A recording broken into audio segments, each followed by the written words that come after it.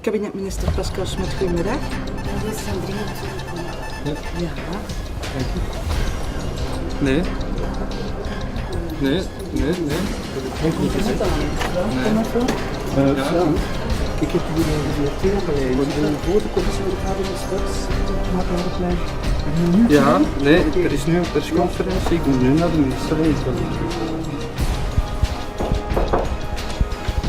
Naar de minister? Naar de minister? We moeten een weg vertrekken.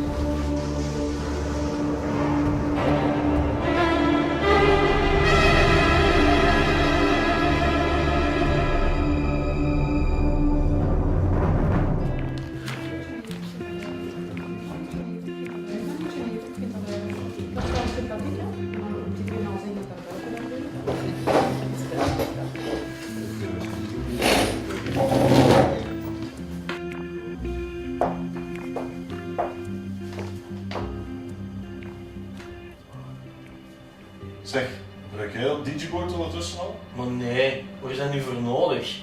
Een bord en een krijt, dat is toch goed genoeg zeker? Ja, maar ja, ik kan daar wel veel meer mee doen, hè.